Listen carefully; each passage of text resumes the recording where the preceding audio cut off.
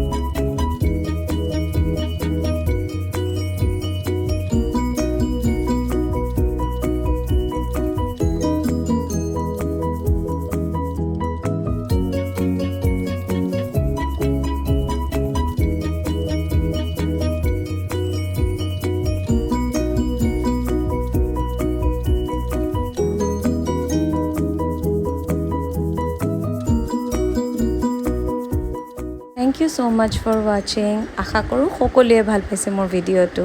Bye bye.